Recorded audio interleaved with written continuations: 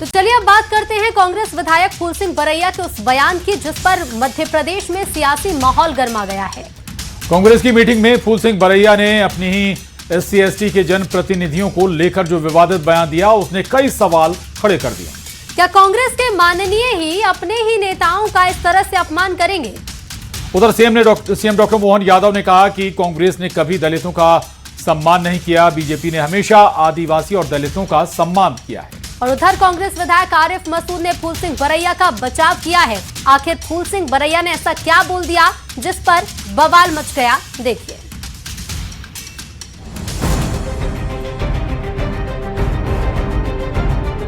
अक्सर अपने बयानों को लेकर चर्चा में रहने वाले कांग्रेस विधायक फूल सिंह बरैया का एक और विवादित बयान सामने आया है। इसके बाद MP में सियासत गर्म आ गई है। दरअसल भांडेर सीट से कांग्रेस विधायक फूल सिंह बरैया पार्टी की बैठक के दौरान इलेक्टोरल प्रोसेस पर सवाल उठाते हुए उन्होंने कहा कि इस व्यवस्था से चुनकर आने वाले अनुसूचित जाति और अनुसूचित जनजाति वर्ग के विधायक और सांसद उन कुत्तों की तरह हैं जिनके मुंह पर पट्टी बंधी है। हमारी दुर्दशा कहाँ हुई है? हम प्रवेश कर गए परिस्थितियों के कारण ज्वाइंट इलेक्टोरेट में। तो अब हम कहते हैं हमारे विधायक, हमारे पार्लियामेंट मेंबर बोलते क्यों नहीं है?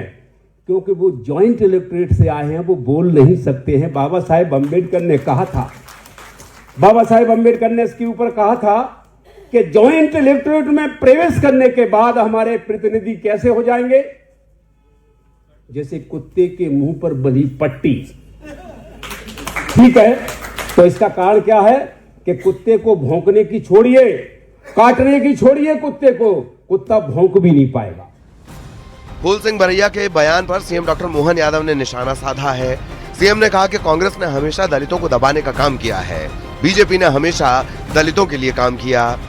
उनने कहा कि हमको ये विचार करना चाहिए और क्या क्या बोले हैं। मैं उनके दल के अंदर तो नहीं बोलूँगा, लेकिन हमारे दल के अंदर से बता सकता हूँ।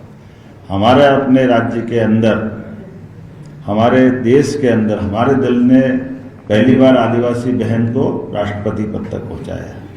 ये हमारे दल ने किया।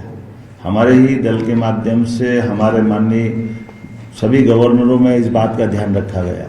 सबको साथ में लेके चलने का, सबका साथ सबका विकास, सभी राज्यों के मुख्यमंत्री इस बात के उदाहरण हैं। उधर बरैया के बयान पर कांग्रेस अब बचाव में उतर आई है। आरिफ मसूद ने कहा कि वो समझदार और गंभीर व्यक्ति हैं, जो भी कहा होगा सोच समझ कर कहा है। उधर बीजेपी ने बरैया के बयान पर जमकर निशाना साधा। फूल सिंह बरैया जी का एक बयान सर आपने सुना होगा, सांसद विधायकों के परिप्रेक्ष्य में उन्होंने जो कहा है, कैसे उस बयान को देखते हैं? मेरे सच्चाई है कि उनका बयान नहीं सुन पाया, लेकिन मुझे उम्मीद है कि वो बहुत गंभीर व्यक्ति हैं, कुछ बोला होगा तो ठीक ही बोला होगा। देखिए, कांग्रेस पार्टी ने अनुसूचित जाति, जनजाति और पिछड़े वर्ग को केवल और केवल राजनीतिक रूप से उपयोग किया और उन्हें कभी अधिकार नहीं मिलने दिया। चाहे फूल सिंह बरैया हो या अन्य नेता हो, कभी भी उन्हें पार्टी द्वारा मौका नहीं दिया गया। ऐसे में उनका दर्द और तकलीफ सामने आ रही है। फिलहाल MP में बरैया के बयान पर सियासत शुरू हो गई है। दलितों के अपमान को लेकर बीजेपी की ओर से कांग्रेस पर बयानों के तीर छोड़े जा रहे हैं। Bureau report, news 18। और मॉडल से सन्यासी बनी हर्षा रिछारिया अब फिर से अपनी दुनिया में वापसी करने वाली हैं। हर्षा ने मकर संक्रांति के मौके पर जबलपुर में नर्मदा नदी में स्नान किया। इस दौरान हर्षा रिछारिया ने कहा कि मैं अब ग्लैमर की दुनिया में वापसी करूंगी, क्योंकि पिछला एक साल मेरे लिए उतना उतार चढ़ाव भरा रहा है। हर्षा रिछारिया ने कहा, मैं गर्व से कहती हूं कि मैं एक एंकर थी, अभिनेत्री थी और मैंने वो काम बड़े गर्व से किया है। इसी पेशे ने हर्षा रिछारिया को हर्षा रिछारिया के रूप में पहचान दिलाई। लेकिन फिर मैंने धर्म का मार्ग चुनकर गलती की। मैं किसी भी युवा को इस रास्ते पर चलने के लिए मना करूंगी। पूजा पाठ, अध्यात्म, उसे अपने घर, अपने दिल तक रखो। आप आगे बढ़ने का सोचोगे तो वहां सबसे पहले आपके धर्म के लोग ही आपका विरोध करेंगे। और जो कुछ युवाओं की आप बात कर रहे हो, उन कुछ को अगर हम छोड़ दें तो बाकी सब तो विरोध में रहते ही हैं। तो वो आज हर्षा रिछारिया उनका सामना कर रही है, कल कोई दूसरा युवा या दूसरी बेटी उसका सामना कर रही होगी।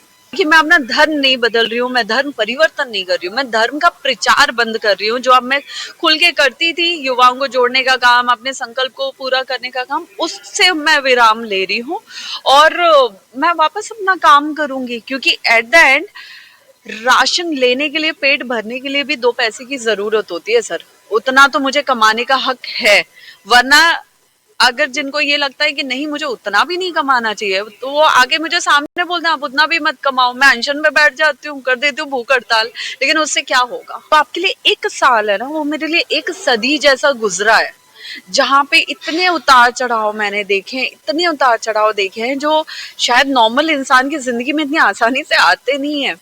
मैंने लोगों को स्वार्थी बनते देखा है, मैंने विरोधाभास होते देखा है, सब चीजें देखी हैं मैंने।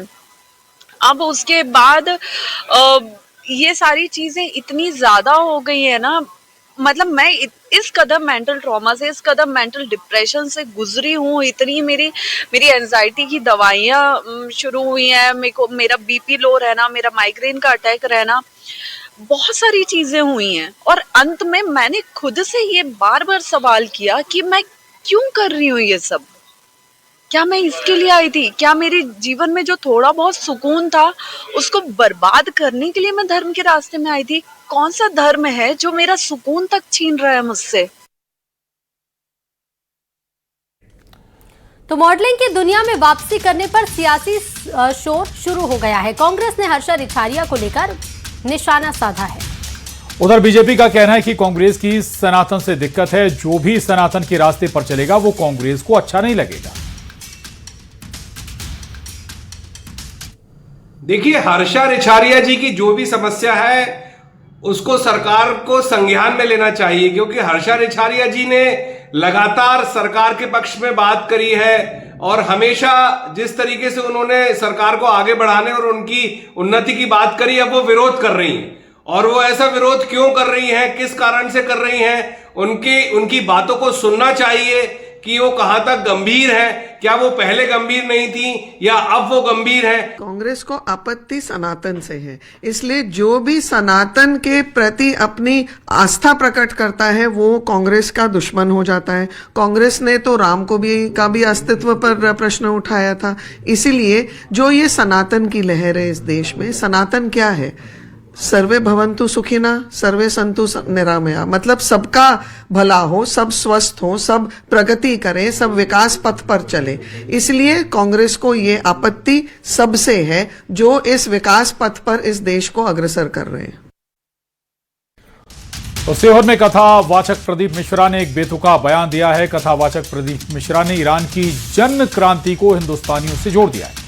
उनका कहना है कि हिंदुस्तान के लिए हिंदुस्तानी हर जगह मौजूद हैं और इसलिए जन क्रांति हो रही है। अब सनातनी लोग जागरूक हो रहे हैं।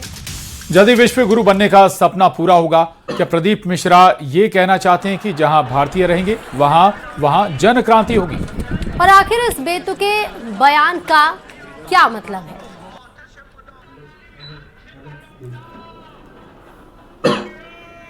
देखिए, ईरान हो चाहे कोई भी देश हो, वहाँ सनातनी पूर्व में भी थे, आज भी हैं, और बस इतना है कि वो सनातनी जाग रहे हैं, इसलिए ये कार्य देखने को मिल रहा है। और हिंदुस्तान के हिंदुस्तानी हर जगह विराजमान है और ये निश्चित है कि हमारा ये विश्व गुरु और विश्व भारत संपूर्ण सनातनियों से भरा पड़ा हुआ है, वो आज हमको देखने को मिल रहा है।